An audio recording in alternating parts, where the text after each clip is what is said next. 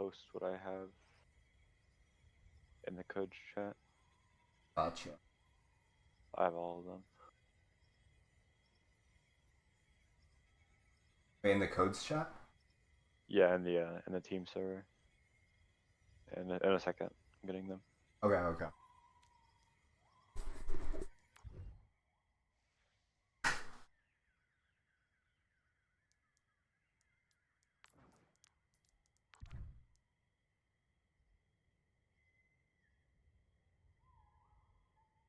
So we're gonna go over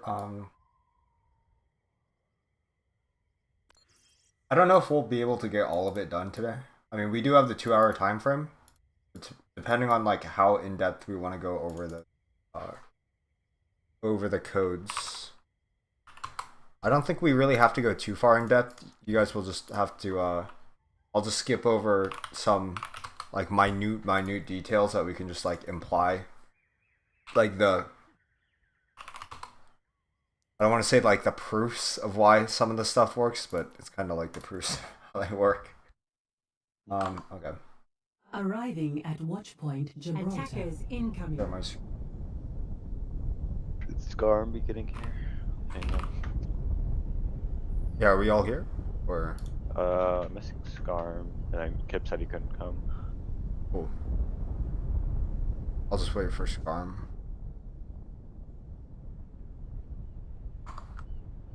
Yeah, if I leave the call and the stream dies, it's because my computer crashed. I'm expecting that to happen in like 5 minutes here. Hopefully not, but just too old to be alive anymore. I'm gonna show, or I'll explain first, and then we're gonna look at their attack on the first point, what the enemy team did first, and not necessarily look at our defense, and then we'll look at our defense and watch how we dealt with their attack.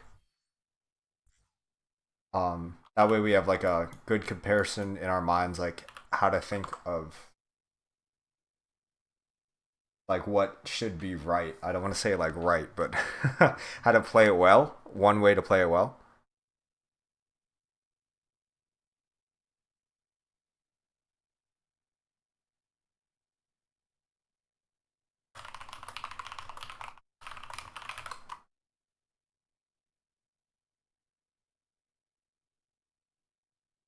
Is Scarm Final online? Fantasy. Looks like he's playing Final Fantasy, so I assume so. I'm not sure. I pinged him, but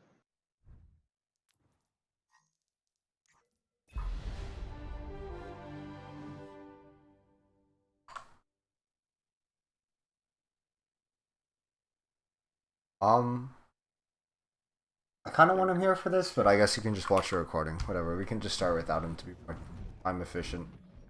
okay. I'll play this at 0.7 times, 0.75 times. So, I think I explained it earlier in the VOD, or sorry, earlier in the scrim. We're on attack. The entire objective is getting your core to high ground, and so the defender's entire objective should be preventing the enemies from taking high ground. That's your number one priority, and then your number two priority is preventing the cart from getting too far out. Like towards the checkpoint, like essentially, because then you'll have to forfeit the high ground. So it's basically just playing for the high ground, and the cart is the only other factor that will prevent you from playing for the high ground. So to attack, it's one soft dive, force cooldowns, and then on the second, you can look for a pick, which is a bit better, or you can force your core in. Of course, keeping track of the cooldowns like bubble, dynamite, and anti, also the tracer recall are really useful to be able to find like those minute details of when you have that advantage, the positioning, or sorry, the cooldown or health advantage. Yeah, of course it's very discretionary, and it's not like or to a certain point, you can say they don't have bubble, they don't have anti, we should just walk it. Usually what's going to happen is your tracer is just going to push the cart so far in that the cart is usually around here before the enemy tracer starts to mark, and then you have your first ult rotation to penetrate through. You have Nano Monkey to go through, and the enemy supports have to drop after the Nano Monkey. Unless you get your backline wiped in that same fight, and then it's just you have to invent more creative ways, like using Pulse Bomb to force them out, using Anti or rallying in. And if your ult economy is not good at all, and you eventually get to the point where it's last fight and you can't force the enemies out of top, it's a real desperate situation.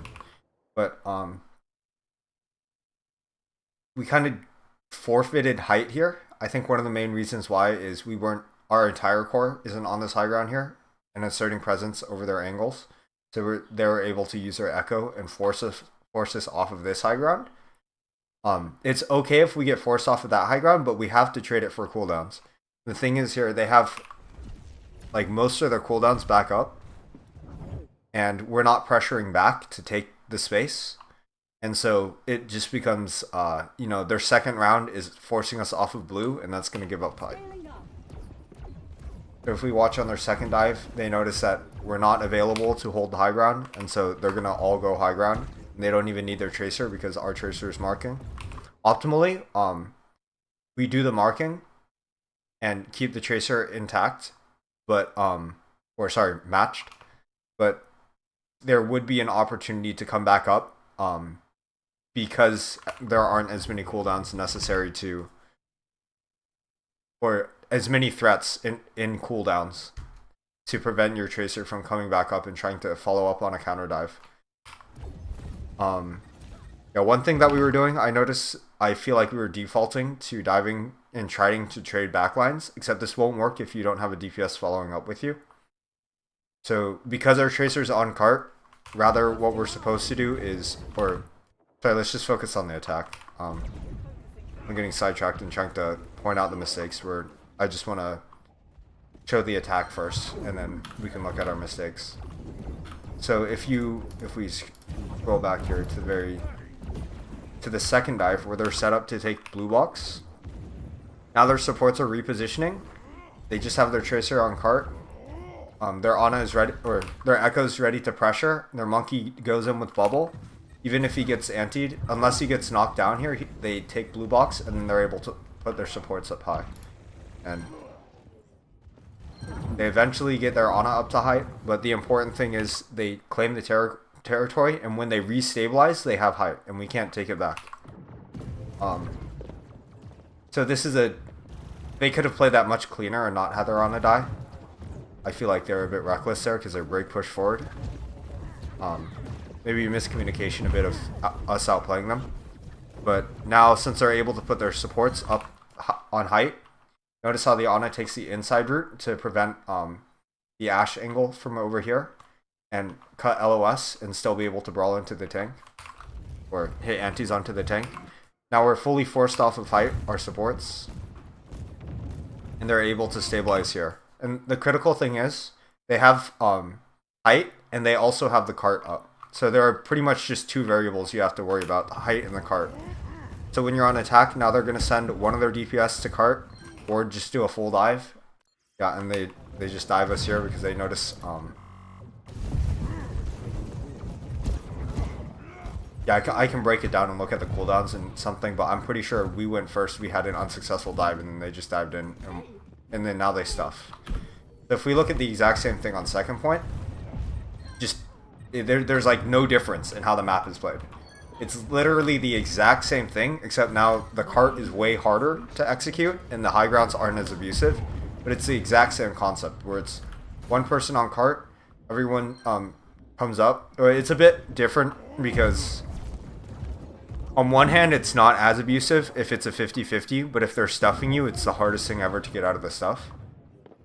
And so, yeah, notice they put their tracer on the cart, and their Ana is rotated to high ground with the break here. It's a very strong position, because they can anchor their Echo up top, they can stuff, and they still have LOS. They don't even need... they're aligning their win conditions once they get top, and the cart is near to here. We have a really, really low chance of winning, because we're too busy like getting out of the stuff or trying to acquire the high ground to be able to contest the cart. And so they have the the ult economy first, and they stuff us, and we aren't able to just come out. And so this fight, like as soon as I see the first ult come out and we're not already out of the chokehold, it's just it's really grim, and it's like nothing you can do about it, essentially. The only way to prevent yourself from getting stuffed is trying to send your monkey out, and your supports have to stay up there unless there's an easy rotate out and they let you rotate out. One thing that I want to say is never rely on the enemies being bad to be your strategy. So we can't just simply rotate top and take top with our supports. That would be nice. But, you know, if the opportunity arises and they're being terrible about punishing our rotations and we can get through, that's great, but it's important to know that that's not, like, going to happen every single time. But I think there we might have been able to do that, like, free rotation. Nonetheless, it's important to just still, like, recognize that it's going to be hard pushing out of the choke and you need to be able to take the high ground. Otherwise, you can't contest a cart without taking the high ground, and you can't win a fight without the high ground. Or it's very, very hard to win a fight without the high ground. You have to just mechanically outplay the enemies. That's, you might as well just mechanically outplay the enemies with the high ground rather than doing it from the low ground, because it's a bit easier that way. This fight here, I don't think there was anything special. I think we were just staggered, and then we didn't get to the corner as fast as we would have liked. Yeah, we didn't get to the corner as fast as we would have liked, and we didn't get our Ashe up onto the high ground. You don't necessarily need your core on the high ground for the defense here, even though it is a nice thing to have.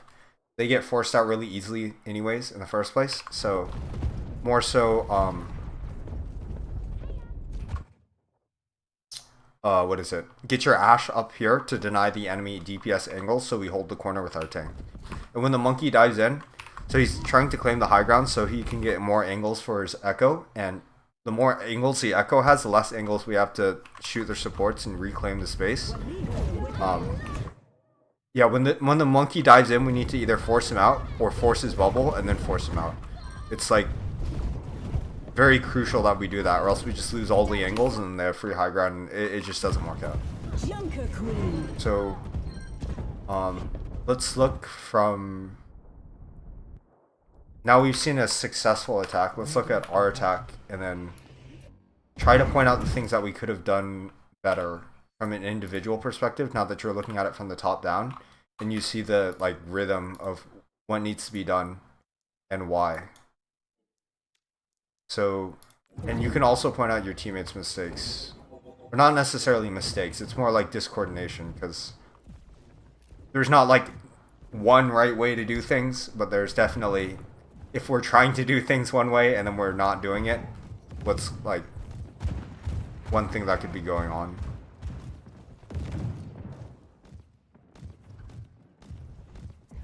So I want you guys to speak, tell me when to pause, or I'll play it on 1 time speed. Let's play this dive on 1 time speed, so then you guys can tell me when to pause and tell me when something looks awry. Like one of the, for example, like one DPS is like not positioning or not focusing on the objective, or core isn't taking an opportunity to rotate. Something wrong with the soft dive or a timing on the soft dive. Any thoughts? Like, was it just too deep? I don't know. Like, no one else can go with the soft dive, so I don't know what else we do. Because, like, we don't have echo like they do. Mm-hmm. Like, was it bubble usage? I don't know. I think we're a little bit slow on it. Aren't we not supposed to take high ground after we force them off with the soft dive? Wait, let me turn your volume up. Okay. It's more so that we didn't ever push in, because it's like what I was saying earlier about how the defense is supposed to work, where they're supposed to keep this high ground at all costs. When they're set up like this with their supports all the way back, where could we position to be able to take the high ground, like, easily? We just need to secure them off of this high ground and get our supports up here. Can't you just walk left out of support LOS? Or like through the staircase? Yeah, through the staircase. Walking left is a death trap every time, because It enables their high grounds. Yeah. No matter what DPS they're on, and also the Isn't tracer there- will isn't flank there- it. Yeah, Where's their Ana playing right now? all the way back here on the bridge. Oh, it's all the way back. Yeah, it's all the way back. So the thing is, they can't land an anti on you, and the only thing keeping you from going up here, or let's just list out the threats. Let's use our brains since you guys are here. What are the threats to your core from preventing you from just literally walking in? Like right now, or you mean in general? Oh, right now. Without their backline in the play. Echo mines. Mm-hmm. The stickies hurt. Or right click. I don't.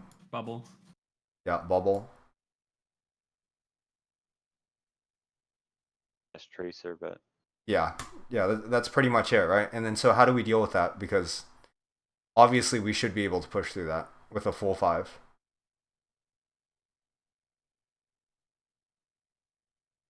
doesn't Ashe take an angle to force Echo out? Okay, yeah, Ashe marking the echo. You don't have to take an angle. You just have to make sure that she doesn't like freely shoot your supports right here. So anywhere that contests this area. Couldn't we wait till I have cart under so Tracer has to mark me and leave our support rotation alone? Mm-hmm. Yeah, that's possible too. And then it's just the monkey and echo.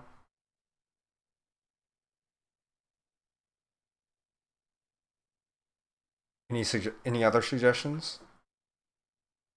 Or how do you deny the bubble, and how does your tank play this?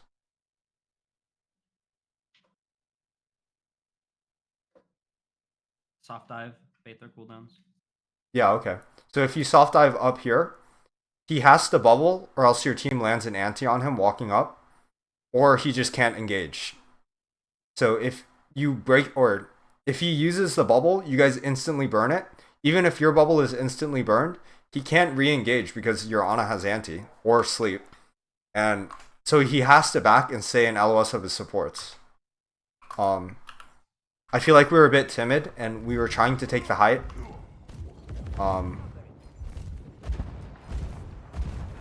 We watched the supports LOS.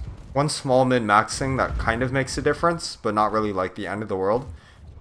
This top rotation, if you're not completely together, it really like minimizes the LOS from your team because they have to be in the kill box to be able to be healed. So that's why it's conditional, because this is better, but it's riskier than this bottom rotation because of that. But it also cuts LOS to here. So I feel like maybe the answer is not obvious, but the reason why Soap is not providing the value that he should be, I guess it's because we don't have the support necessary to help Soap force cooldowns, and then we're also not looking to rotate in.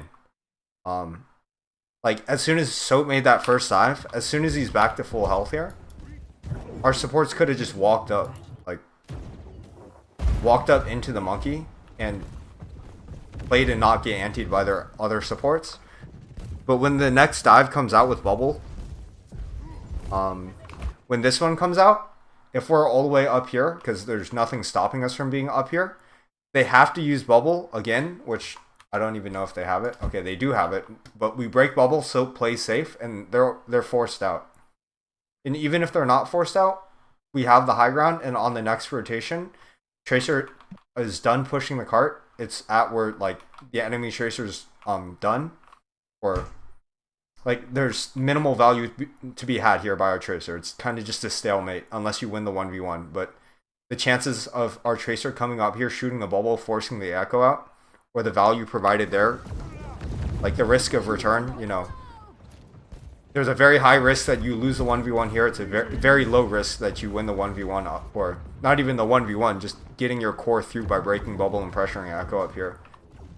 So it makes more sense to mitigate your risk and just come up here, force out the bubble, get your supports onto high ground, and then we do that exact thing where they were up on high ground, they reset, they look for an opportunity to dive in on the enemy backline, whether that be Primal, whether that be Nano Monkey, or just push the cart for free, or try to kill the Tracer contesting the cart. One other possibility I want to mention, because there's Ready for battle. I feel like we can only sit here and like scrutinize the mistakes for too long. Would be for example, let's look at when the enemy team took top. If the cart is too far back and the enemy and you try to take top, what happens is you're disconnected, so your Ana's open to a cheese play if there's a sombra or a tracer tagging your Ana, and then the enemy team is able to dive because the Ana has no LOS and is dealing with the tracer. But B, also the cart over here, you cannot push it, and the enemy tracer just stalemates on cart again. So it's, and even if you do win or you have to hard win a fight and wipe all of them, or force them out and stuff the chokes to be able to push this cart. Because if they soft reset and you win a soft team fight, you're still pushing the cart up the entire way up here with your tracer, and you can't forfeit the high ground, or else it's the exact same thing where it's like losing on the low ground. So I think I'll point out the mistakes of our defense again. Or like on attack, should Skarm be calling our support rotations, or like who should be doing that? It should be all based off of Soap. So it should be implied based off of Soap's soft engage. Here, I'll like emulate what's supposed to be going on in the column. So Soap is saying, I'm looking for a soft dive on high ground. They use Bionade, I'm going in, bubbling. Okay, I'm forced out, hold on, I can't go again. And your supports are starting to rotate now. The thing is we don't necessarily give high ground as much as they gave high ground. But Soap is saying, I'm looking for a counter engage. I'm going in now, and notice their break is already up. I don't know why their Ana's not up. She's real like dumb for her not to just walk up. But Soap just lives. Our supports are rotating through, and this is really optimal for their tank to like not take huge amounts of damage here. But now they get the rotation through. Granted, their Ana doesn't die, which is why I like this rotation way better, because it's the same thing, except your tank can restabilize behind this corner.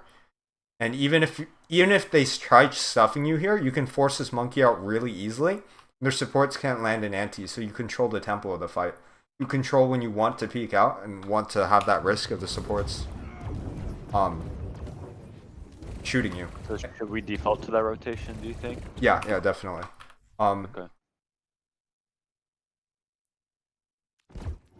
Yeah, so optimally, it's first dive, and then this was actually like really messy from both teams. But it's first dive, and then the second dive shouldn't even come out because it's a free rotation to top for them. Like, their main tank didn't even have to go out yet because their supports aren't set up to help them. They have to rotate to the high ground to be able to take the blue box. So if they put both of their supports on the staircase and they start walking up, on the second dive here, as soon as you get bubble, that is. Did he have bubble going into the dive? Yeah, he did. But on that second dive, you have anti, you have your echo up top, and either the tracer is down here marking our tracer, which she won't be after we take the high ground, or if she's down here marking the tracer, our tracer can literally just walk high ground, and it's a much faster rotation. Or the enemy tracer continues to match at the cost of blinks. So the core is up here. We're ready to anti. If the monkey bubbles, we have our tracer on rotation, just shooting the bubble. We have our ashe, or whoever the second DPS is, either pressuring up top, or if the enemy DPS, like if they have a Genji or Sombra or any flanker that's on our backline, then they match. Otherwise, like this pressure up here, full what is that? 4 cutoff. They have no LOS. It's a free rotation, and they win. They have to lose this fight because there's no way that they support their monkey in here, and their monkey has to play back up here. And then it's a really bad place to play up here. You get antied like 9 out of 10 times playing just blue box, trying to hold the high ground. Unless you have an ult to prevent the enemies from doing that, and you stuff them at the balcony, it's like really, really bad to hold the blue box when the enemy supports are up.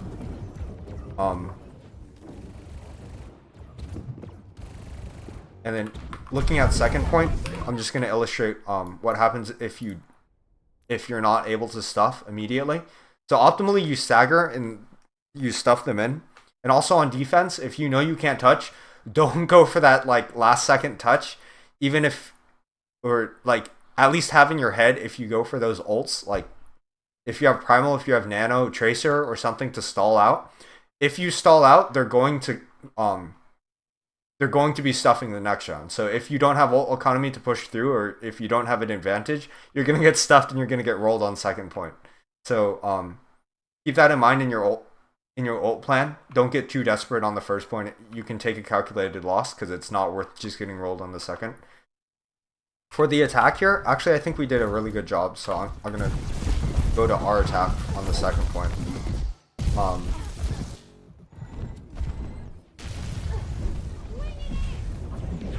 So you put your tracer on cart.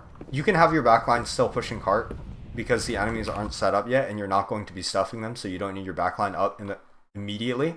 But as soon as their monkey comes out, like as soon as their backline is up, it should be a danger like in your brain, like danger zone, caution zone, that your supports already need to be top, or else you need to just go back to square one and like trying to get your supports up top. So once we get the supports up top, it's literally tracer pushes the cart until it gets to around like here, where their tracer has to mark, and then it's the same thing where it's like they have to hold the high ground and then they're in a terrible position, or their tracer's out here, she's gonna get forced out. And now our core is able to stabilize it in this mega room, and if they push in, they get antied, and it's a really bad time for them, which is exactly what happens here. Even though they have support LOS, like their downtime, if they have to back, if one of them gets headshot, it's so bad to support their team. It's like really, really favored for our supports up here on the high ground. So just the neutral is just so strong. Yeah, so you stabilize and then you'll just eventually play, and if the fight lasts long enough, you'll have your supports rotate through here or rotate around here depending on like how the fight goes, how it evolves, like where the enemy is counter-rotating, taking advantage of the high grounds if they drop or not. And I think it'll be natural as long as you know the idea of keep your supports on high ground as much as you can, because it'll keep your Ashe on high ground or your second DPS, and it'll keep LOS with the cart so your tracer can continue pushing. If they don't contest at all, or if it's just stalemate and your tracer is out of LOS and your tracer is trying to push up here, then that's where you just abandon cart and then you go for a full hard dive or soft dive to gain space, and then hard dive and try to stuff them in. They can't play out here because they get antied and they get dived. So you do a soft dive to force them back here, and then you go in. The third point rotation that I wanted us to do, this is a terrible angle for their supports to play at when they're trying to peek down main. So you force them out by keeping up here, keeping this mega. This mega is way easier to play at because it's less risky. You don't get marked as often, especially because a monkey can jump up here. But you basically just claim this corner. You do one soft dive with your monkey and hold cart, and they have to contest the cart or else you get free cart space. While they're contesting and while they use their cooldowns like bubble, jump to contest, or probably not jump to contest the monkey, but one of their DPS, maybe their Ana uses, or their break packs, and you have your tracer around here playing on this mega in LOS, your supports will take the high ground walking through, let me get a different angle, walking through the room, or you don't even have to walk through the room because the room is kind of it's so much downtime. If you can, optimally, you force enough cooldowns where you can just walk out up here while they're resetting around the corner, and then you take this high ground with your Ashe, and they can't, unless they swap Widowmaker or a different sniper, contesting this is hell for their monkey, because you guys have the you back up into this corner, and even if they nano primal, if you have one support ult, that you trade one support ult and you live because Brigana, or if you get dived by the tracer, then your tracer is defaulting to this mini room here and the cart and swaying in between, and so it's really like cutting their supports off and doing a really, really good job of controlling tempo. So it's either they're overextending to force you back, or you guys have complete control over the cart. You can minimize LOS, or you can look for a kill out here and just control tempo by using those angles and forcing them to overextend to contest. Otherwise, if you're not finding any success, it's probably because you're not shooting the monkey as much or pressuring whoever's on cart as much as you should, and you're trying to find kills in their backline. If we swap to Widow, that's the #1 mistake, or a sniper like Hanzo, or dive DPS. The greatest mistake is, even if we're not up here, focusing on their backline rather than pressuring cart and taking this side angle, which is like, it's one of the most indirect angles and map spaces to take in the game, but it's very necessary.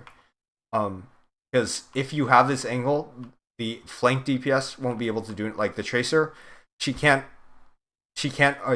to mark and she can't look for a flank on your DPS, and you gain access to the cart to pressure whoever's on cart off.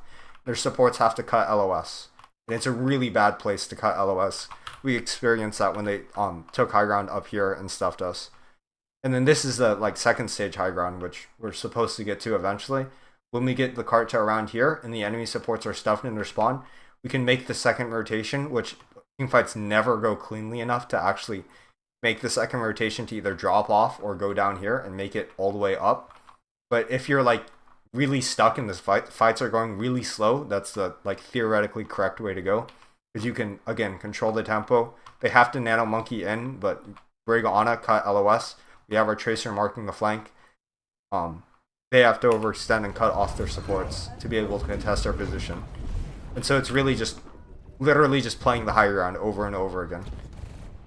How like if you can visualize, if we had our monkey here counter diving, their supports have 0 LOS to this, and if we have more people, then we can cower in the corner or even go to the staircase, and their monkey gets forced out really easily. Their echo gets forced out very easily. The Tracer doesn't even have to mark anymore, because she blinks back once and she has like 1 second of shooting the echo and like the enemy Tracer chasing, but that 1 second is more than enough to get the echo out. We still have packs. The enemy Tracer to fall back loses LOS of her packs. So it's like maintaining really strong neutrals from the high ground. I think that's all we need to go over on Gibraltar until we need to run it again. Even though that's like a lot of information, it's better to just trial and error it. And then now we all know like the language and the reasoning behind why we need to get to those places. So in the match we can know the timings, or I'll explain the timings again once we get in the match. So then we can practice them out. But until then, it's all practice on the timings and knowing, like, implied when there's a moment of opportunity. There's no thinking of like, what do we do, or like, why are we standing still? It should just be like, we're going top with our supports. We're setting up for the dive. This round here, or I'll explain it before we play it out. This entire area is the kill box. I think we went over this before, but this entire area is the kill box. The entire goal of our comp is to be explosive after forcing their cooldowns. So our queen will shout in, our Lucio will speed optimally, because of course they're gonna have their own cooldowns. We're gonna need to trade for them. But let's say, like, let's limit test and give the most extreme cases. They don't have dynamite, they don't have Suzu, they don't have shout, they don't have deflect, and they don't have speed. Then they're just sitting ducks in this area. And so if we can do everything in our favor to trade those exact cooldowns for theirs, this neutral is super strong for us to be able to punish their positioning. Oh no, my crosshair. Okay, it almost disappeared. Okay, so if we watch it pan out, I think the micro on this one's a bit more important. I'm going to explain the micro a bit. The dynamite should just be the #1 like thing of forcing Suzu. So the timing is only when you can force Suzu.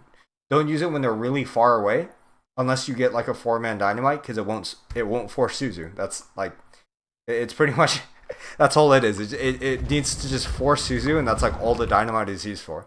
And if we're in a moment where the queens are together and they have Suzu, and they have dynamite, or if we all, I'm not articulate enough for this, but if they don't have Suzu because we use dynamite to go into this fight, they lose. If we don't have Suzu, or if everyone has Suzu and everyone has dynamite here, it's very hard for us to create an advantage, and it's just even positioning. Except the positioning is the thing that will let us force the Suzu with the dynamite. So if we don't dynamite, or if we dynamite at the wrong time, there's no positional advantage here. But and I don't mean to like grill the dynamite, but like when the queens are clashing, that's the best time to use a dynamite. Or if you get a 4-man dynamite, then you can Suzu. But that also goes for the other abilities too, because Queen Shout and Queen Axe, if you can force their shout by axing them at this corner while they're pushing up, that will force Suzu as well. Or it'll set up for your Ashe to force the Suzu, because that dynamite on one person after their queen gets axed and doesn't have shout will force the Suzu or the speed. And so those like critical cooldowns where they didn't force Suzu with their dynamite here. So if we go in and axe and force Suzu and boop their axe, and this is all micro at this point. It's not like it's simply like just play better than them and know like how to play better, which is force the axe, don't get hit by the axe, make them use their shout for nothing, make them use their speed for nothing. You can do that offensively or defensively by booping their speed or booping their axe, or hitting queen with your right click axe. I don't know what the proper terminology for this is, but trading those cooldowns so that they can't push in, and if they try to push in, they're overextending. Was it bad for me to dynamite to try to slow them down? Because I saw our queen was low, had to back out, so I threw dynamite in. Okay. The timing, I think you have the right timing, but the reason why it's not to slow them down, it's to force Suzu. Well, yeah, my goal was to dump their util before they got into us. They didn't just walk over us. So Well, what do they even what do they use to force Soap out of that position? Like, do they even use anything? Yeah, I don't know. that's the thing. It's even unless we use cooldowns to make it advantageous for us. And if we use our cooldowns to do that, then it's really, really good for us. So in this rotation, there's a really nice opportunity for you to hold this corner, axe the queen. She has to use shout or her axe, and our Lucio's should be ready to boop her out of it. So that trades that out. And if she wants to push through, we're going to dynamite her, and you hold this neutral super well, and they won't have LOS or they're in anti-range. And like if they step here, with like one less cooldown than their like full maximum potential, it should not only force Suzu, but we should be able to like walk back for 2 seconds and then go back in, and they're literally standing in the open with no cooldowns. So should Lucio be with our queen here? To boop the queen out of axe and whatnot? Yeah, not necessarily with the queen like inside, but ready to boop the queen. Because it should be very obvious like when you need to start your wall ride to get into the queen. Because, you know, this angle is like the best like balance of being near the queen, like wall riding on and around here. You can start over here, but as soon as the queens get close, you need to be ready to boop the queens. Soap shouted to walk across. Would it have been better just walk backwards through the room? Yes. And walk around. The one thing is, when they engage here, that's the moment of opportunity for us to be able to force all their cooldowns. So, the big things are anti and dynamite. So as soon as this queen rounds the corner, or let's go back to like while they were running up, and while they're running up also, if we can play behind this pillar, have our Ana play right here to punish them in this area and force cooldowns earlier, that would be really nice, because they kind of just walk through for nothing. We watch, there's no dynamite and there's no anti, because we're not in the right position to force it right here. So they get to the corner, they use their dynamite pretty terribly, and then we use our shout to try to, I think it's more so live, but it should have been that instead of having to use our shout to live, we have Bionade, we have dynamite. It should have been punishing the queen, so Soap can just use his self-heal / Lucio and Ana like neutral to heal, and prevent them from going in. But as soon as we use that Bionade defensively, it's just a like worse Suzu, because Suzu is so much more explosive and potent to deflect damage. Now they're able to push in. We don't have any Suzu for our queen. We don't have our dynamite to force their Suzu or force cooldowns or stop them from pushing. Because if they continue to brawl out here without their cooldowns, Well, they did Susan. Did they? I am wrong. That is true. They did Suzu. Did they Suzu the dynamite? They probably did, huh? Yeah, they Suzu'd the dynamite. Or they Suzu'd because of the dynamite. We should be winning in the neutral. We have anti right now. No, we used it defensively. Yeah. Well, I think it's more of a... We should be aggressive into them and force their cooldowns before they get to us, or while they're trying to get to us. And then in the neutral, it's literally like a stalemate, except for the fact that we have anti, and if they don't have Suzu for it, we win every single brawl. So, yeah, without just outplaying them by forcing their cooldowns, and without the anti, we have no more win condition in this comp, and they're just gonna like push forward and pressure into us until they can use Suzu offensively. And then for us, that's even worse, because now they're in us, they've used Suzu to like force us out even harder. And then they set the tempo, and there's nothing that we can do other than reset or try to trade cooldowns to restabilize and get the tempo back again. I feel like in the neutral, their queen was just like destroying us with knives, like pulling us out and getting us really low every single time. Okay. At least that first fight. Let me watch it from their perspective, because it might have been like an off day, or the queen was popping out off. Not even here though. I mean, they just sat there. Yeah, they just sat there into the room. No, it's like they're gonna dash into the room onto Soap alone. Yeah. Okay. Well, Sunless got hit by an axe. Whether that shouldn't necessarily matter, because our neutral is really good with the queen. The thing is that we're not using our abilities to their offensive capabilities, and so that means that they don't have to trade anything in their offense. Like, they don't have to use any cards whatsoever on defense, and they can use them all on offense. And so all our cards are being used for defense, and then in that situation, Brawl v Brawl is just a stalemate. And so them using all their cards on offense, they'll just win the neutral. By cards, I mean like cooldowns. But looking at the second fight, or this second chunk of the map, where let's split it into... There are really only 3 places you should be fighting. It should be 1 or... Yeah, like pretty much 1, 2, and 3.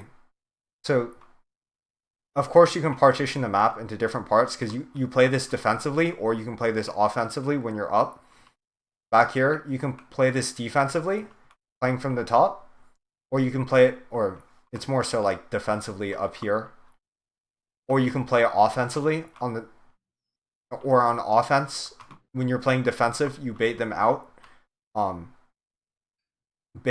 drop into the kill box, or you're already up and you're just pushing the bot. And then the third fight, you could play here, which is more defensive and holding the high ground and trying to trade the cooldowns that way, and you have your so many different angles.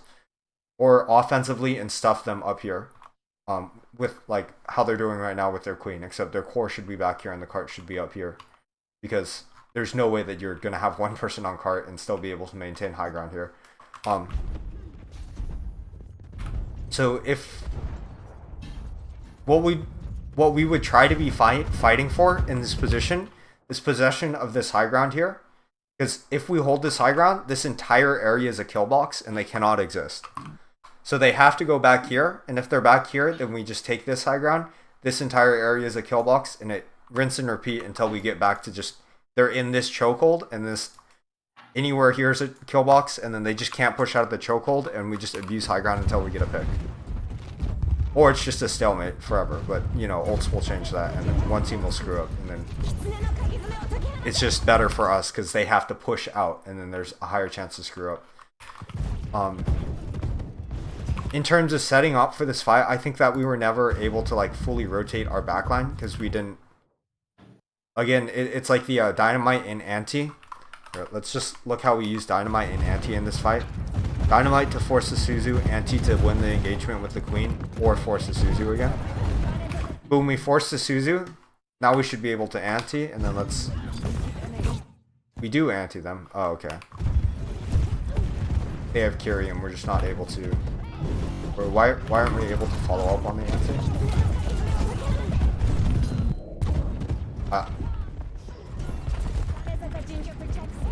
Did we call the anti? I don't know if we did. Yeah. I noticed that yesterday our comms were really lacking. So I think we did call the anti. I see a lot of missing, to be honest. Also for soap, unless we have a lucio, unless we have a sombra, don't go after the Curie lucio. In this comp, it's less of a dive and more so of an enable your core, enable your ashe, and you can brawl into the queen rather than unless it's like free. Like the Curie is just like absolutely free, but she still has her cooldowns here. Same with the Lucio, unless he's hacked or he's like in a really bad position. Then you go after them. You can go after the ashe and run into the ashe, especially if you have speed. Otherwise, I feel like this was just like everyone failing to follow up on the nano. I mean the anti.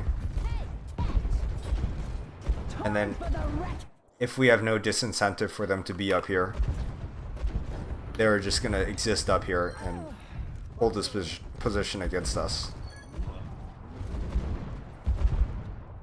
Yeah, I feel like that should have gone in our favor. We were all just like performing poorly. Oh yeah, let me also talk about when you're winning, so in their position here, because we were never like winning with the advantage, like a big advantage, like 30 meters or more. When you're winning here in this fight, you're able to control the tempo and thus control the ult economy and thus control where you want to play. And where you want to play is like increasingly important because like kill boxes, high rounds, it makes it really easy to get picks and force cooldowns. So it was a really good pick from us, but if we're on attack here, we would just abandon bot, reset, and then think, okay, just go one stage backwards. We were on this stage because we didn't have the cart at the high ground yet. They're pushing through. We're going to rotate out through here, through the mega room, run back, and we're back to stage 1. And this is the beauty of this map, or push maps in general. It's like back to fight 1, except we're 80 meters ahead of them. And so you literally play it like it's fight 1, and it'll be that exact same macro as the first fight, just with ults, which just speed up the macro. And for them, they didn't even have to play here. They could have just sped out of this ultimate and just like been unfazed. And then so I don't know why they like try to blade in and they get really greedy, but this is a really bad fight for them since we have the high ground. And yeah, let's go to fighting offensively through the choke. Then oh, they do reset because they have an advanced spawn. So I guess they call die cart. But if you notice, we're in the exact same position as before. And it's the exact same thing as before, except faster. So instead of using dynamite to force out Suzu, it's probably going to be like using Bob to force out Suzu. And then we have Nano Blade in, which is a new win condition as like with shout rather than just the axe and the anti. So if we can anti the front line to force out Suzu, use dynamite to force out Suzu, or even better, use Bob because they have ults as well. Because if we just anti them, they're just going to bob forward and then be unfazed. And then our anti kind of just goes to waste. Whereas we could have just used Bob in the first place and then use our anti after the Suzu. But for them, notice how they're using this kill box in main. And then I think we push through and win this fight. So let's go to the next fight. I think Bob kills 3. Yeah, oh yeah. No, Bob killed 2 and almost killed the Lucio. That was, yeah. Or is it this next fight here? Okay. Into this fight. This is a very, like... If we're rating maps by difficulty, Gibraltar is, like, one of the hardest maps. This would be, like, near up there in attacking in this point. Because if you look at it from the macro point of view, there's absolutely nothing that you guys like about this. They have all of the high grounds. They have all of the flanks. They have a chokehold here. It's terrible to push through. So the way that we play this again, and it's literally like this point but exaggerated, because this kill box you can't push up until you have an advantage. So you put your core back here, and if you have a brig, that's even better because this is like a really unkiteable space. But so it's even more important to play offensively to force like a good defense is a good offense. That one quote from Art of War or whatever. Where when they're pushing through, we dynamite them to force the Suzu, so then by the time that their queen shouts and tries to axe in, we boop and speed out and go this way, and our DPS, our Genji's marking their Genji so he can't flank and kill the Ana. But then when we stabilize here, notice the entire kill box shifts, because they're going to break LOS to their supports, or their supports are playing in our kill box. And so with our Ana back here, the next rotation of cooldown should be really bad for them because they have nowhere to stabilize. And I think what happens is we overextend, or we just don't kite into the room. And the reason why you don't kite into main is because it's just like, this is the new kill box for them, because they have this angle, they have this angle, and they have this angle if you kite back main.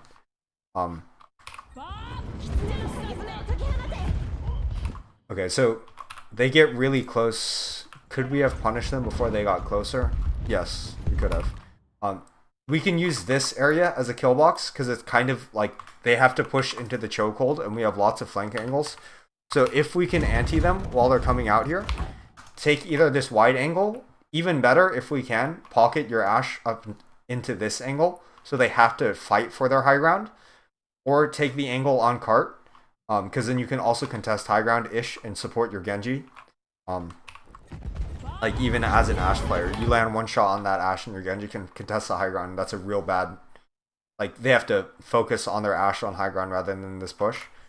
I think I was told to play back there, but I normally that's wouldn't where sit back there. we called out for Ana and Ashe to go in the left angle near Mega. Oh, yeah, okay. I normally wouldn't sit there. I normally would sit main and try to contest the high ground that their enemy Ashe was sitting, for sure. Okay. This angle isn't bad either, but I think there's confusion of where to kite. So next time it should be kite to this mini, because I noticed that like... I didn't kite there. I think I went main or something. Yeah. So that was probably my bad. I miscommunicated that because there wasn't enough time for me to speak coherently.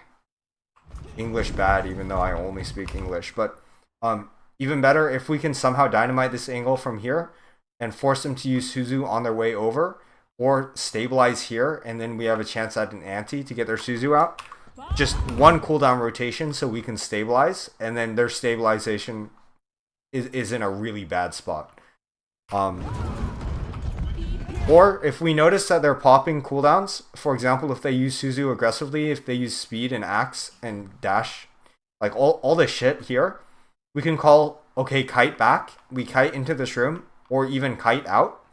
And notice when you're playing over here on the left side, they have to engage on the left side, and if they send a flanker in, they're doing nothing, because you're staring at a wall to try to get to the enemy backline, or you have to contest the Genji. Who will, like, after stabilizing, be contesting you. And, like, breaking LOS of your supports is terrible over there for the 1v1, because he has LOS and you don't. So is it fine that Skarm is on their Ashe right now? Because we don't have Lucio to kite. I guess we didn't kite in the first place, though, so I don't know if it matters that much. But I would say don't go on their Ashe, because usually you would play break into this comp. Just for more survivability. But the entire idea is, like, stabilizing is so easy on this comp because the queen is, like, so resilient and heals on her own and can hold space just by existing, like, more so than any other tank without the need of constant connection to the supports.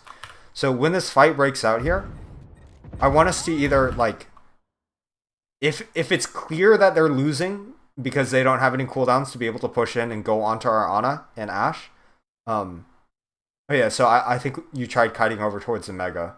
So next time we'll all kite together here. But if it's clear that they're losing and they're gonna die, then we can brawl into this. Otherwise, we literally just kite, and there's nothing that they can do about it. Like, they used all their cooldowns here. If we full break LOS and just like cowered inside this room, it's really, really, really bad for them.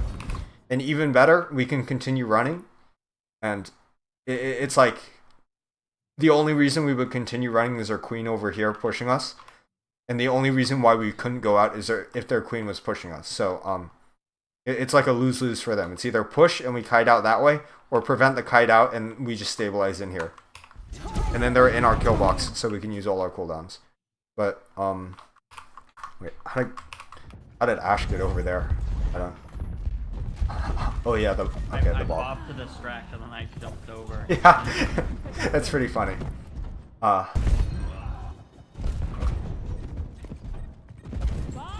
think the main thing is we live this, we pretty much live their entire cooldown rotation here. And so if you're not able to punish their aggression into you, you simply reset and then punish their positioning in the stabilize. So I think we were playing really fast and wanting to get this fight over quickly, rather than just like, unless you can get like a 5-man ante, which sometimes is possible, which I feel like you were looking for it here. Oh my god, you got slapped from the deflect, didn't you? That's really unfortunate. Yeah, my auto shot the deflects and then my deflect cancelled. Jesus. But even better, if you want to play it safe, I would say conservatively, like there's minimal chance that like you lose by fully kiting together. Even unless you provide 0 resistance to their push here. But if you dynamite an ante and literally just shout speed away, they're going to lose the next fight. Or you prolong the fight really long and then have another shot back here at this different chokehold. Anything but dying to the rush right here. So now that we know where to stabilize on each point, I feel like if we don't stabilize there, I'll probably pause the match and we'll review, like in the match, where we need to stabilize at each fight, so you guys can prime your minds. And it's very important to make this like a much easier experience. And then here we just get stuffed with ult economy. We literally don't have anything for their beat blade. So when you're in this final desperation last fight, I feel like the only play that can get you anywhere is play to constrict their backline past this chokehold. So get your DPS up here, get your DPS over here and forcing out the high grounds, and force them to play on this low ground or back here, and then you're back to like 50-50 even at the choke, or back here, and then you'll be able to isolate 1v1s.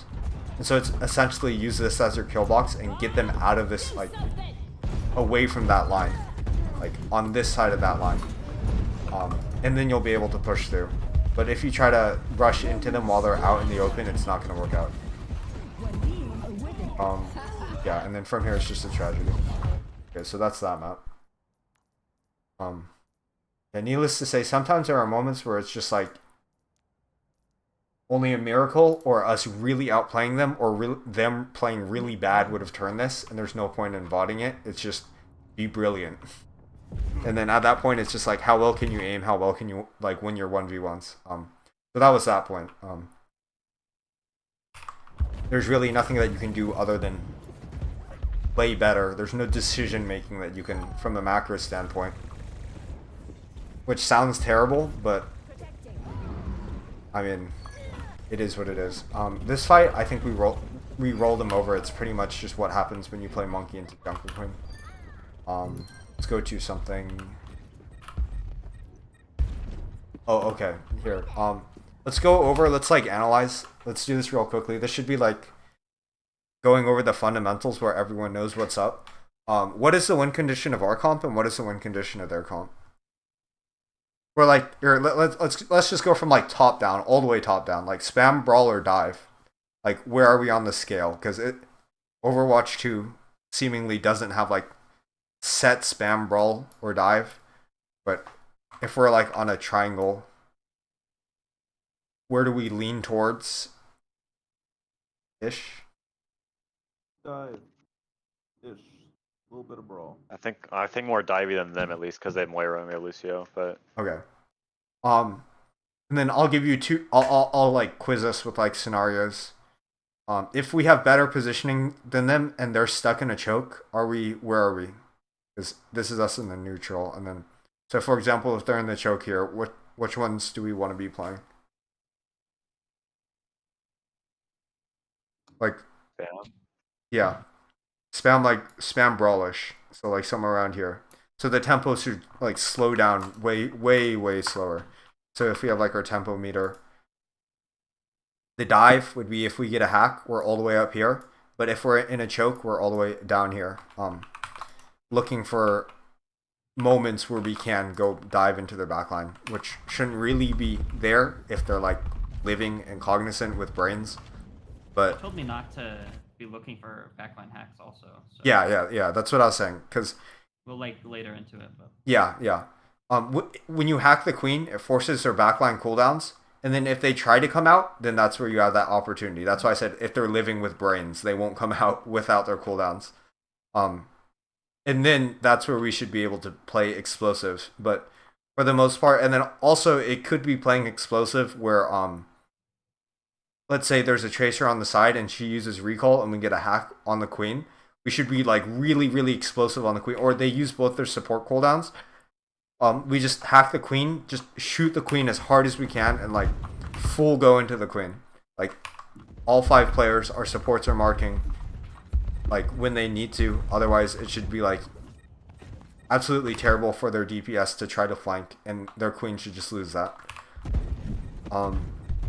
Yeah, what I noticed was I feel like after the next scrim, if I notice the same mistakes again from individual players, I might do like one-on-ones for each of you to, after like now that we've had this session of getting everyone on the same page of what we're trying to do. But oh wait, yeah, back to the top-down thing. Because there's a lot of individual things that like don't align to like what our entire team's win condition is, and like what we're trying to do as a team or supposed to be trying to do. So in these team comps, what are the win conditions to be able to help us brawl/dive into them? We established that we're like more divey brawlish, and we can be spam brawlish. So what is the win condition when we're like at this point A? Hack. Yeah. Hack and then like speed-ish. And then so what is their win condition? Also hack. Yeah. And so now that we're analyzing it, it's obvious that like we have the same win conditions, but the entire thing is they can't dive us because they don't have speed. They have Mora. So if they're trying to play very spammy and slow to build Mora Coalescence, or spammy and brawly to try to just force I don't know what they try to be forcing, like the neutral, I guess, because they can't speed in or kite out, and so they just try to be standing still as hard as they can on point. And it's like a May Sim comp where it's like you just bunker and just pray that you don't get forced out. But it's a shitty May Sim comp because they can't bunker, and any time that they try to use a hack, they can't follow up on their own hacks. So in this comp, one, we can't go into their backline and hack anyone because we'll have to like full overextend. We can hack the Curie, but the thing about hacking Curie is you get only the Suzu, or you get the Suzu and she TPs out and then we're useless. That hack is just better to be on the other support. But in this situation, since they don't have a Lucio,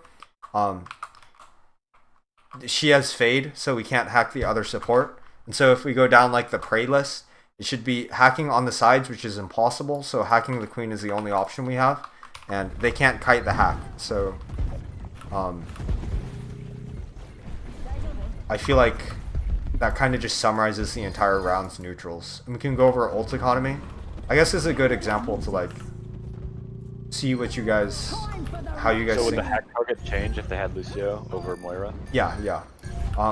If they had Lucio over Mora, then it would be hack the queen and force cooldowns, or if their Lucio is out of position or on point, hack the Lucio and try to get onto the Lucio.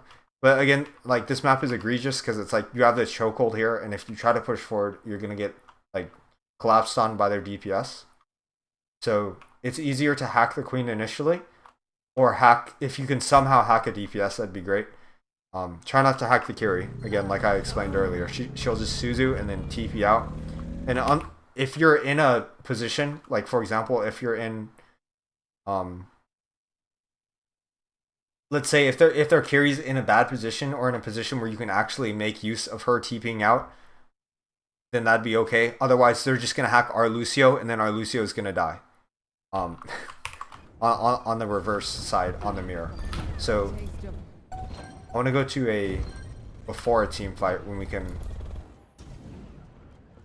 do like a little drill on what a fight plan for this should be with now that we know the win conditions. Let me check the Discord note. Okay, cool. So now that we know our win condition is like spam brawl dive, we're looking to kind of spam brawl into them and force their cooldowns until we can brawl and dive into them with our hack. Where do we go? How do we do that? And how do the ults factor in? And I guess Soap, you can answer this since you're the fight planner. I mean, neither way you can really spam them. I guess go bridge. They have EMP. Like, am I factoring in their ults too or no? Yeah. So we probably shouldn't go bridge because they have EMP. Mm-hmm. So we should go left. Okay. And I guess Curie rush in. And if they EMP, we just kite, and then we can go in after that. Okay. Yeah. When you're doing the fight plan, I feel like over communication when we're silent is always better. So that's like one small thing, but mention that if they have like pulse, say watch the pulse on the rotation, and then it should just be implied. You don't have to say it that we'll Suzu the pulse, or like, you know, space out so we don't like group hug, and watch it in the chokeholds and whatever, all the small details. And then, like, what's your reasoning for, like, once we get into this room, how do we push through and take point? And, like, utilize the win condition.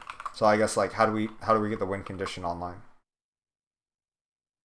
So the win condition's to spam. I don't know. There's not really anywhere to spam here unless we get bridge. But we can't get bridge because they have AMP.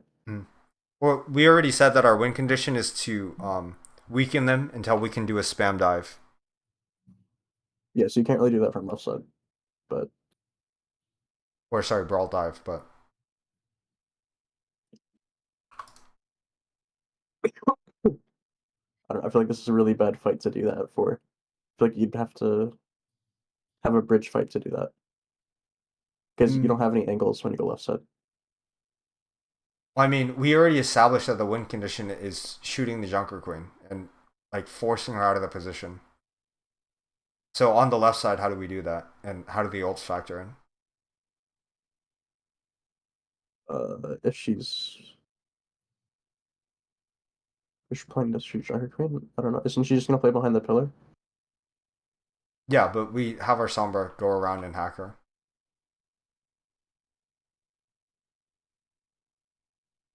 So didn't we say we're gonna Curiel and they have no speed to disengage from our Curiel? Mm-hmm. Yeah, so I mean I don't know like the right fight plan. I haven't thought this through, looked this through before, but I think I just want you to be more articulate like right now rather than because if you are articulate right now and say it to our team, it builds the team's image of what they'll be thinking passively, so then we don't have to like do a full like, you know, explain everything out during the game. So if you say like right now we're gonna carry rush and hack the queen to force her out of the point and then isolate her and try to or bait the do that while baiting the EMP and try to kite out, which I think you got most of it, which is good. But be more articulate on how we're going to use the win condition to win the fight in the neutral or get us out of the neutral and force them into a bad position rather than, because the amount of teams that I work with that are the fight planner says we're going to go in, we're going to use an ult and we're going to shoot them in the head. Then you fast forward like 10 seconds and you're like, okay, could we have prevented this like EMP from coming in with our fight plan, we probably could have, and we probably could have won this fight, or like made ourselves be in a way better position. So if you articulate it now, then our team is able to visualize it, and especially when the exact same circumstance comes up, visualize it in their head after you say, we're going to go left, we're going to use rush early and force their queen. They'll know like the plan and how their jobs fit into the plan, which honestly is a lot to ask for because there's a lot of like degree for error, a lot of things that will go wrong if you're wrong, and also like your entire team will rely on you to be 100% accurate, which kind of sucks. But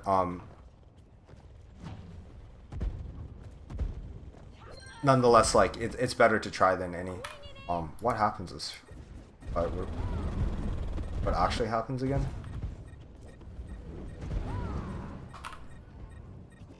Or is this not the same fight?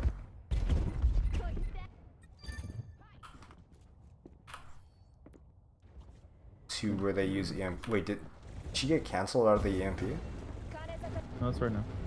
Oh, okay. So we go bridge.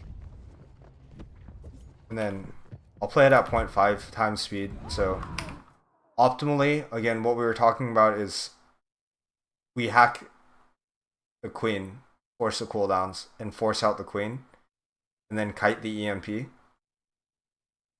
And Suzu in early, or Suzu in early. Whichever one, because as long as we do what we're trying to do together, and it's a decent alignment with our win condition, we'll do really well. But if you notice, like, because of the lack of preparedness that we had into this into this map, because we've never done a VOD before, now that we've been over it, we won't hack the Curie again, because that never goes well, because Suzu's herself, gets peeled for it, and then TP's out. Unless she used her abilities already, which I don't think so. Yeah, so that's not going to work. And that's why like doing the VOD reviews and understanding our win condition and making a good fight plan is so critical. Kind of like a terrible in hindsight. But next time, when we do another VOD review, which we'll probably do a follow-up just to see like refine and perfect, we'll know hack the queen, force the cooldowns, and we're gonna trade our Curie for the EMP, but be able to kite it and then go back in because they don't have anything to deflect our speed into them. So we're all on the same page. And then I think let's go into one where we're defending. I think we do a pretty good job at defending here, but just to go over the defaults so we know how to position, and just going over like the reasoning of why we're going so in depth is if our entire team knows the default, there's no explaining that needs to be needed, but rather our fight planner can tell us how we need to deviate off of our default to account for their ults and our ults, or mix it up and outplay the enemies with a different plan other than our neutral default fight plan. But to get to that point and to be able to outplay the enemies, we need to be coordinated together in our default. So what would be the default? Or we already went over it. It was hack the queen and force the queen in the chokehold. They either use all their support abilities and then we hack their backline because they can't stop us from hacking their backline. Even with a hard flank, you hack their backline, and if they have no abilities, the Curie can't Suzu herself and TP out because she used the Suzu on the queen. But I think going into how we played this,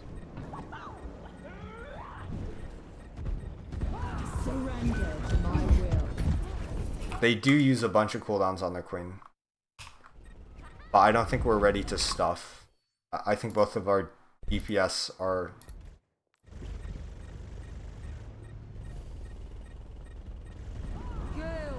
okay. We tried to go into the tracer. Yeah, I'm processing a lot of what is going on when I should have done this beforehand, but I think I tried helping Kip. That's why Yeah. I was over there. I heard the tracer call, so I turned like really fast, and she was 1 HP, so we just finished her. Then as that happened, they called in. Yeah, and I got hacked, so I couldn't TP out. I died of the call. Okay. I'm trying to think about like the jobs of what's going on here. I think because in the neutral, it'd be reasonable, or if the sombra hack wasn't so damn fast, it'd be reasonable to say your Lucio is marking the hack, your tracer's ready to follow up on the queen, otherwise marking the tracer. But I think here now it's more so your Lucio and tracer are marking the tracer, and so your Curie doesn't ever need to like go out of her tempo of heal 2 shots at the tracer or 1 shot at, or like, you know, deal with threats with her knives, but still apply pressure to the front line, because we all need to be ready to go in on this queen, and there's like a lack of readiness into the queen. How did our Because Curie die our here? fight plan was also like play to build EMP. Okay. Our Curie died, and I just don't know how.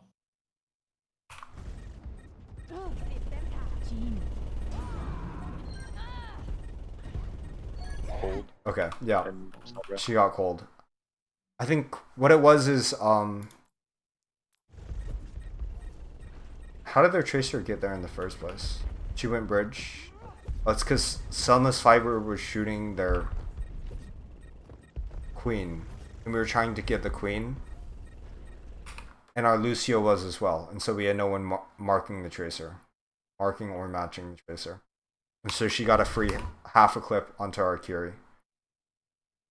It's in times like these that I hate that Overwatch is so complicated, because it's like there's no clear answer that one of us should have peeled, and it's more of a style thing.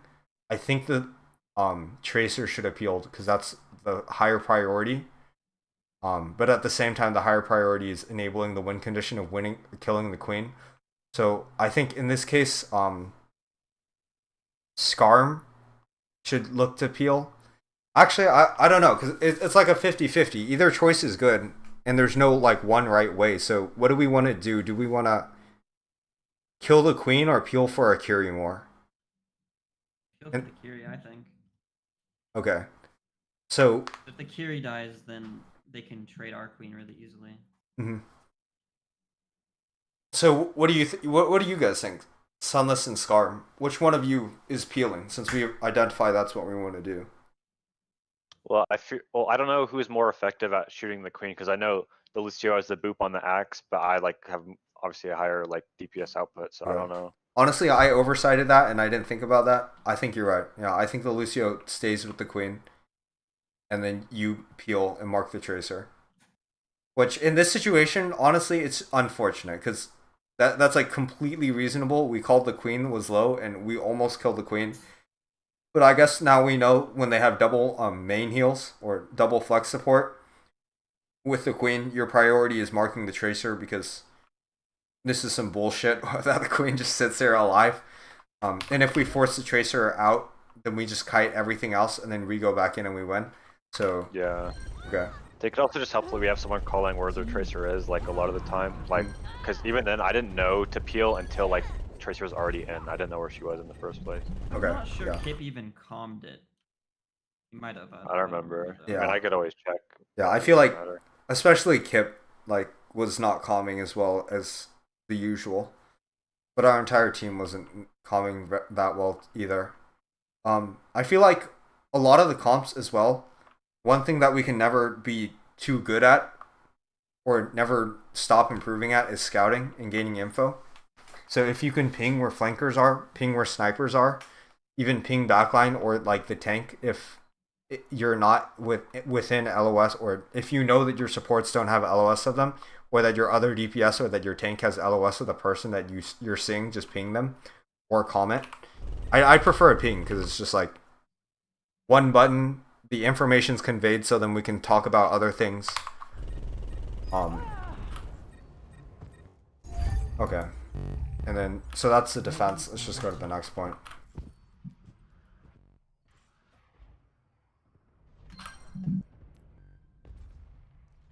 Okay, yeah. For our RAM comps, I noticed most of the time what I'm most concerned about is that we use our nemesis form, and then we don't go in hard enough. And then when we don't have our nemesis form, we're playing like it's a queen comp where we can hold really far up. So, oh yeah, also, I feel like there's just an overall discoordination in our team on when we want to get walls and when we want to move forward. So in the neutral, we're always looking for a wall on their queen or on any of their tanks past the chokehold. So if we can identify if they're on a queen comp, we still stuff. Because if their queen comes out, then we wall her. And if their queen comes out, then we wall her. So I think that was just a... So like, can we see this first fight and see where I should have walled, do you think, based on where their queen is playing? Because they rotate through... I don't want to point fingers, but it is a little bit of everyone's fault, a little bit more of our Mei's fault for not playing up, and a lot more of our Ram's fault for not hugging up here in the chokes when they're on queen and we're on Ram. So in essence, it's just a discoordination of everyone. But yeah, I had the wrong thought. I thought I was gonna look for wall like the moment we nemesis and start walking, because I didn't want to I don't want to take poke and peek into the Genji Ashe Kiri before our nemesis is out for wall. So I didn't realize I should have been doing that. On this map, it's easier to stuff, especially like King's Row also. Unless you need to restabilize, it's easier. Well, okay, in this situation, it's easier to stuff in this one case because it's way too map dependent. It's way too like case by case on what they have. But if we stuff the choke with Ram, it's way easier to get walls, and that's just a generality. If we can afford to stuff them in the neutral without getting poked out, which in this case we definitely can, or we can even push up and continue pushing into them and stuffing them if they're deciding to poke us from this far angle. And it's really easy for our Ana to get antis. Also, this map, I noticed we got a lot of antis and we didn't call them. That was like the major point where I was like, yeah, we're just not calling. Yeah, so I think Soap was waiting for my wall and I was waiting for his nemesis, so I don't think we ever did anything, and we were also probably both waiting for anti too. Okay. So Just as a... No, like I'd never use nemesis unless I see a wall. Okay, so as like a general, I should wall first, you think? Yeah, that's just how Mei works. I also don't know when to time it. Like, what about antis? Like, I want you to wall right now, to be honest. Okay, and even we'll get the anti in the middle of that wall engaged. Like, or we can get the anti before and then force them into position where we can wall. Or let's just go over like every single possible case. So the anti comes first, or the wall comes first, or the nemesis comes first. This one's the most frequent. The wall comes first. This one's the second most, and then, or these two are tied. This is a really bad ordering. If the anti comes first, then we push forward. We get them into a place where we can wall, and the nemesis comes at the same time. If the nemesis comes out, then we look for an anti and a wall at the same time. Otherwise, we're playing in the neutral for the wall in the first place, so we should be always stuffing chokeholds. So the wall comes out, and then the nemesis comes at the same time. And there's a time and place for each one of these to come first. So don't we need to wall first, and then we're just gonna miss so many opportunities where anti or nemesis comes first. So yeah, I'm also I think I struggle to hit walls in these type of neutrals where they're playing so split. I don't know where to wall, and it was hard for me to get a good vision because of the spam too. So I didn't really know where to wall, and so I kind of I'm so much better with walls once we force them into a position. But I know that's if we're waiting for a wall, that's not going to happen. Okay. One thing is we need to look for walls at the chokes, and also we need to push through the chokes because I noticed we're timid at pushing to the chokes. I think you've conditioned yourself, especially in comp, because comp and scrims are way different. In scrims, you can kind of trust that the macro will play out, that your team will do the right things. In comp, you can't do that at all. But if our Ram sits here, you won't get forced out because if they push through, our Mei will wall them at the choke. Or if they push through here, we will wall them at the choke. Or if they try to brawl here, you can use Nemesis because your team will support you and speed you in, and then we'll wall them at this choke, this corner, or we will anti them and you can use Nemesis in here. But without our entire team playing up and allowing ourselves that opportunity, They're just going to rotate through. So by the time they're on the point, by the time they get here, because we're not in the right position, because we're very timid and we're all like waiting for each other to do wall, anti, or nemesis, there's no way that we win this fight. That's a hyperbole, but we've like watched like 3 opportunities to anti nemesis first, or in this situation really nemesis shouldn't come out first because we're not holding a choke. Maybe if their queen decided to contest, then we can nemesis first. Like if she's playing this corner and playing to not get walled, we'll nemesis first and punch. And if they're on like something that'll punish our ram pushing through to get our main into position to wall the queen, then our ram just has to sit here and we look for an anti. But oh yeah, also we antied their rotation, didn't call it, but we need to like, our Mei is like ineffective. Like we're just gone essentially once they're on point. So at this point, it would be damage control and trying to hold high ground and trying to charge our sim to get to the point where we can brawl in and try to get a wall on them. But they have so many angles to deal with the wall, it's like nearly impossible at this point. So it's more of like there's no cure for a virus. The best way to protect against sunburns are not by wearing sunscreen or not going into the sun. So there's no way to reverse it. If we go into the retakes, I feel like that exact same, let's watch it just from the third person perspective. That exact same like timid way of playing, or like hesitation, or like it's more miscommunication, because it's not like we're doing anything wrong, we're just not doing the things right. And it requires all of us to be on the same page. So we take the TP and we're looking to speed in and get a wall. But our Mei is looking for the anti and the nemesis form first. Oh yeah, that's right. We kind of scuffed the TP.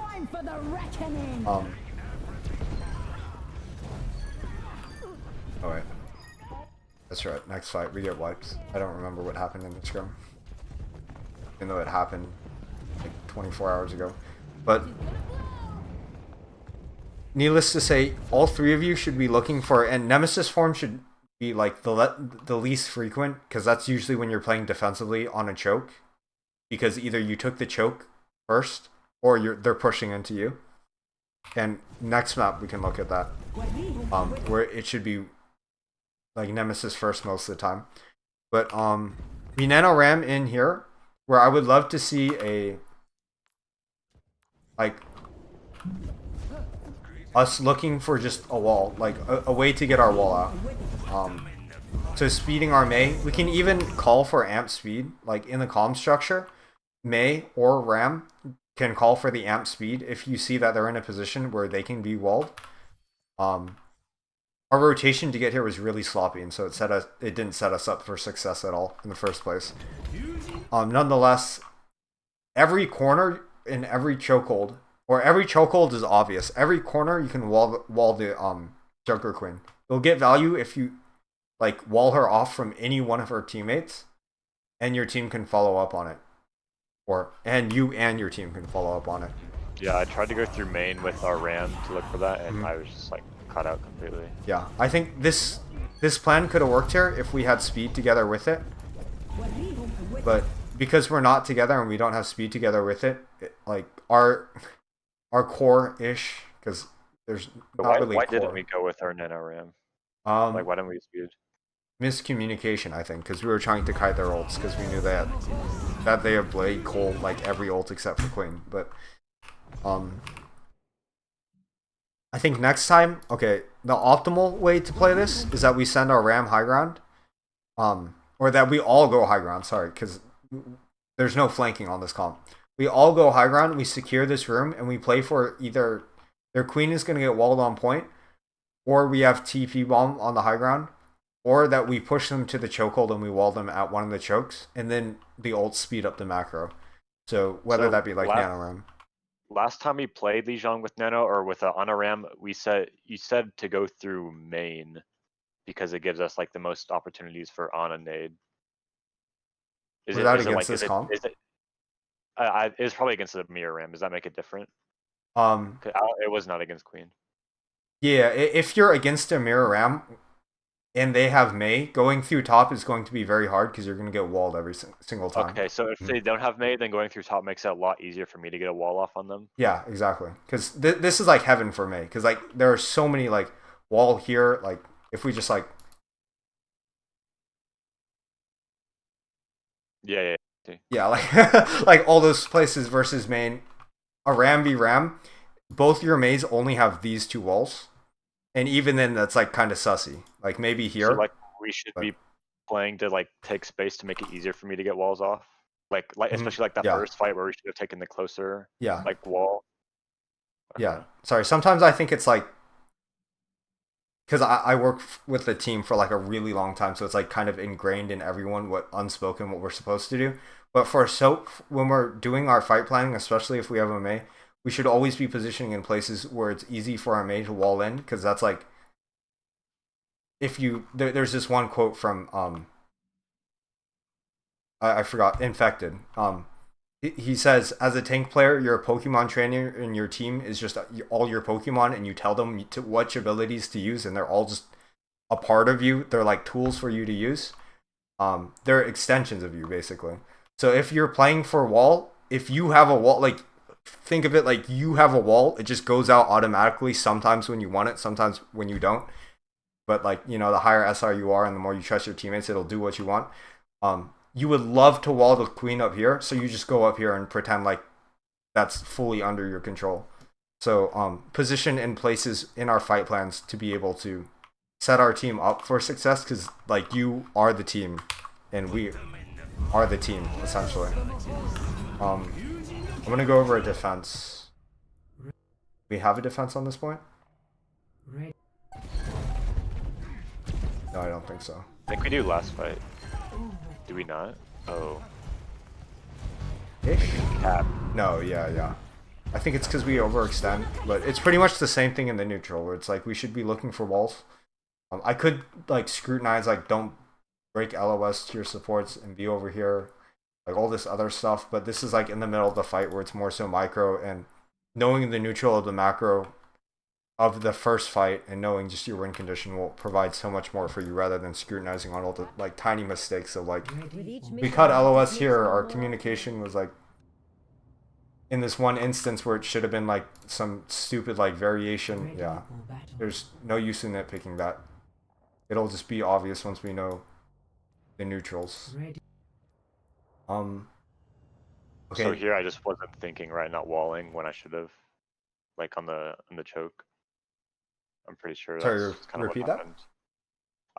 On this point wasn't it? I just wasn't like walling the choke because I was waiting again, which like I wasn't thinking. Yeah. And then I'm gonna watch from Soap's perspective, because there should be a lot of. I'm pretty sure he does Nemesis first most of the time. Like in this situation, I should have saved my wall. I put it on the window trying to like get a TP play, but it didn't work. If I just had a wall right there on that ram, then yeah, he's fucked. Yeah, because they split out of the choke, and so yeah. One thing I want to say is default to playing out here unless something goes wrong, and then someone on your team has to make the call and everyone's listening for the call. That should be like the number one thing. It should just be. I don't know why that didn't cancel the TP, honestly. I'm not like too sure on how the Mei TP cancel works, walling the TP, but evidently it didn't work there. We should probably go into like. Do you know how that works? Because pretty sure it just breaks the TP. Yeah, so every time I've done it, it just breaks. That's the one time I haven't seen where like. Okay, this might just be unlucky then, because that's fucked up. Okay. I mean, I probably should have just held it anyways. But I thought we were a little faster, so I went for it, but it didn't really work. Okay. Honestly, you can pre-wall it too. Yeah, but how? Like the angle from our TP spot? Can't even reach that. Can you? I can't see it. I can't even see it. I don't think so. Oh, if you wide swing out, I think you can. You probably can, but it would take. Yeah. It's not like it's really risky. Yeah. It's a stupid, cheesy idea, which maybe like cheesy 1 in 10 times. You know what I mean? But Honestly, I think I should just trust my Lucio to boop them and just save my wall for like, because if they're positioned like this, it's the perfect wall, and then we just win. Yeah. For soap, whenever you're in a distance that you can get any value out of your nemesis, your Lucio will speed you, and if he doesn't, then we go on VOD review and yell at him for that. But I noticed like you spent like a long time like debating whether you should use the nemesis here. But if there's like any squishies in front of you, like right here, this should just be like hit your nemesis and go for it. I didn't want to push out main because I saw them kiting, so we just have point for free. So I just want to play point of the wall. Okay. I feel like that should be negated because it's first fight and their positioning is like terrible, especially like with that ram outside of the choke. This should be like where you activate nemesis first, because if a wall or an anti, and an anti came out in this case, comes out, you're already like doing the thing rather than being reactive. And I mean, it's just like, usually it's don't be like reactive, but rather be proactive and then react to like what they're doing. But in this situation, it's just too low of a hanging fruit to not just go into nemesis and go for it. Especially if their ram goes into nemesis, because then that's them trying to set the tempo. For Kip, if you're watching this, also we default to outside unless we call going inside. And so if we fail the boop or if we get walled. What the hell is that near wall doing? That was weird. I don't know. Yeah, and it's kind of sad that the first fight on control maps like this dictate, like, I think there's a statistic where it's like 70% of the time whoever wins the first fight just wins the map. And it's that these small mistakes of like, we didn't default to this side, we didn't use nemesis earlier, we didn't successfully boot them out of the window, we got an anti but we didn't follow up on it. These are all like really small things, but that lost us the map. And I would rather us think like that rather than like minutely go over all the small details of like, I missed a headshot here, or I missed like one boop over there. No, they're like, this, I can't emphasize enough, the first fight on these maps are the most important fight. Even if you don't know the neutral, if you win this fight, it's like so much more abusive to the enemies to have to retake in. And like the other 10 minutes of this VOD review of looking at the other retake is going to be like, yeah, okay, so we understand the mistakes. You can watch this replay over from your own perspective and scrutinize like from, or we'll do a one-on-one if we need to, if I see repeated mistakes of like, for example, you're not walling the ram, or we're not speeding away from the ram, or you're not booping the backline in when you have the chance, or out. But just think, how can I enable our win condition, which is our ram wall anti-in, and isolating a squishy target, or isolating the ram from your individual point of view, or like, how did I die, and was it an efficient death? Like, was it valuable for our team? Like, did I get a really big anti, and could I have lived there? And then now that we know the default, it's more so up to our ability to execute the default. Also, taking the TP here isn't that bad, because it's essentially you default to coast again, unless that you see that they're already all on coast. But if you see one person in main, just take the TP, because that immediately indicates that no one's going to be on coast, or it's one flanker on coast and you're going to kill them. So as soon as you see like the ram in main, it's just like use the TP and just like speed backwards. You don't even have to amp, you just walk backwards this way, and we flip point, and it's Brawl v Brawl, and they have to retake. And the retake on Brawl always loses. Brawl v Brawl is a stalemate, and whoever has a better positioning is favored. Well, not necessarily like pure stalemate, but it's whoever... no one has an inherent positioning advantage.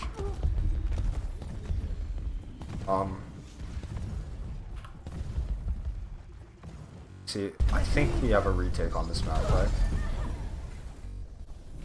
Okay, so on the retake, I wanted to talk about playing... Okay, so I think this is just a repeat mistake of us waiting for May to wall, May waiting for anti, It was like a weird love triangle of like everyone being hesitant. But playing up here is very important, especially, or even if they're going to TP in, it's okay, because if they TP in, we're going to boop them and or isolate one of them. And if their wall comes out, their wall is not as strong as our wall in the chokehold. And if their BAP is somehow out here to be able to support their ram, he's going to die. So once, again, what I noticed from the top-down perspective while I'm watching this, what I'm thinking is we didn't force enough cooldowns for them to justifiably have this position. And now it's brawl v brawl, and they're on point, and so it's even, and so we lost our advantage. And so the way that we keep the advantage is that we hold the choke points and make it so if they do this stupid ass rotation in, they're getting antied because they have nothing to like stop the anti with, or they trade everything to stop the anti. So I think it's more so of us trying to play aggressive here, which a lot of the times I feel like now that we know the default in each comp and why we should play aggressive and when we should play aggressive, we should be able to identify these opportunities. But there's a lack of, as soon as I get to the choke, it should be wall, nemesis, and anti at the same time, or at least all of you are like drooling to get those in. But there's no sense of urgency for any one of you because Soap is not ready to like, you're not like nemesis in going for it, which is what I like to see. You don't have your wall like, I don't see your wall indicator right now. You're trying to spam. Or even if they're close to choke, I want you up here holding M1 and making it so that they can't peek. I don't really care about you getting your ult. If you deny their win condition of their ram pushing in because he's getting slowed the entire time, that's like good enough. And even if he blocks it or like it does nothing but prevent him from walking in, that's great. And then I noticed that we're repositioning to try to heal our teammates, not at all looking to anti the enemies. So, like on 3 different fronts, we can play more aggressive and utilize those, take advantage of the opportunities more. And then I think that's pretty much it.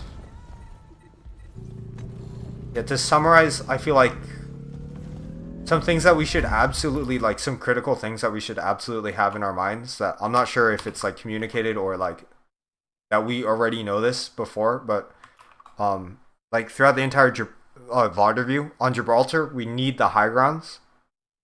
Like it's the high grounds and then the cart. That's all it is. That's all Gibraltar is. And it's just like fancy ways to get each one of those. The timings on soft dive, getting our core up, rotating, cutting LOS to the enemies, not rotating in specific places. On Colloseo, it's all about winning in the neutral. They can't push forward or else they use their Suzu and all their cooldowns and they're in our kill box. And then we kill them. On this map, Brawl v Brawl is a stalemate. And that's very, very important because it should be, if you're trading cooldowns evenly, Brawl v Brawl in this chokehold, they should not be able to push through without sacrificing a lot. And with that knowledge, again, your retake will be very hard. And so you should have that in your mind where it's like, we need to get a significant advantage or else our retake's going to be hell. And, you know, if you have your expectations that are delusional or not at reality, it's going to be very hard because you're going to be punished at reality. And you can apply the same concept of Brawl v Brawl. We have the advantage on point, so it's like if they rush in and they immediately take point, and we don't trade abilities, and they're not still losing because of health or cooldowns, then we just lost our position in Brawl v Brawl. Now we're retaking and it's hell because it's a stalemate. And then also finally, one like random fundamental thing other than like all the other neutrals and stuff that we studied. The first fight is always the most important on these attack maps or control maps. If we win the first fight and if we have a very strong analysis and like understanding the neutrals in the first fight, like the next biggest thing in terms of macro and teamwork would be the fight planning on retakes and defending. But that first fight is the place where you should like beat yourself up the most. And I don't even care if like the rest of the scrim, like we lose the map. If we win the first fight, as a coach, I am very happy that you guys did that because then everything else is like so much easier than the first fight. And it's like the first lesson of the math textbook, where you need to know that lesson to get to the next step. So it's really just like truly understanding the neutral, and then you can add ults and fight plans and understanding nuances of the map after that. Yeah, it's a lot of talking from me. Do you guys have any questions? I don't. Okay. I'm assuming the silence means no questions. Really, no. I think that the one-on-ones could help if you're seeing a lot of mistakes, like repeated. I think that would help a lot, probably. Yeah. I think during this week, I'll probably roll out more one-on-ones. But on Monday, I was talking to Smuxy, and I'll stop the stream because